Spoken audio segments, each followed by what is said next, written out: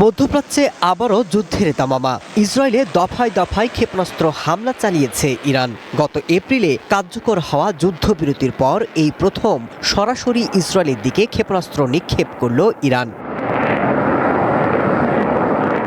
সোমবার উত্তর ইসরায়েলের হাইফা শহর থেকে প্রায় ২০ কিলোমিটার দূরে অবস্থিত বিমান ঘাঁটিতে ক্ষেপণাস্ত্র নিক্ষেপের দাবি করেছে আইআরজিসি। হামলার পর তেল আবিবে জোরদার করা হয়েছে নিরাপত্তা ব্যবস্থা। আইআরজিসি হুঁশিয়ার করেছে, লেবাননে হামলা বন্ধ না হলে তারা পাল্টা আক্রমণ অব্যাহত রাখবে।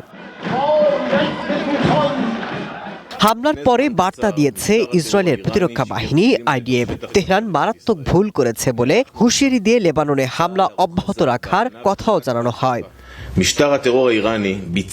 ইরানের সন্ত্রাসীরা আমাদের দিকে ক্ষেপণাস্ত্র নিক্ষেপ করেছে। আমরা প্রস্তুত রয়েছি। আইডিএফ সমগ্র লেবানন জুড়ে অভিযান অব্যাহত রাখবে এবং হিজবুল্লাহর উপর আঘাত করবে।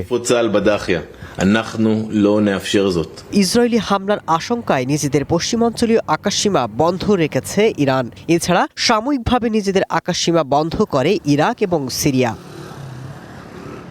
এদিকে ইসরায়েলে ইরানের হামলার জবাব না দেওয়ার জন্য আহ্বান জানিয়েছেন ডোনাল্ড ট্রাম্প। সেই সাথে ইরানকে আলোচনার টেবিলে ফেরার আহ্বান জানান তিনি। বলেন, চুক্তির কাছে এসে এমন হামলায় তিনি মোটেও খুশি নন। ইসরায়েলি গণমাধ্যমে বলা হচ্ছে, ট্রাম্পের অনুরোধ মেনে নিয়েছেন ইসরায়েলি প্রধানমন্ত্রী বেঞ্জামিন নেতানিয়াহু। তবে ট্রাম্পের আহ্বান উপেক্ষা করেই পাল্টা হামলা চালিয়েছে ইসরায়েল। পরপর কয়েক দফায় হামলায় তেহরান, ইস্পাহান এবং তাবরিজে বিস্ফোরণ ঘটে। আইডিএফ জানিয়েছে তারা সামরিক লক্ষ্যবস্তুতে হামলা চালিয়েছে। Masud Rana, one international desk.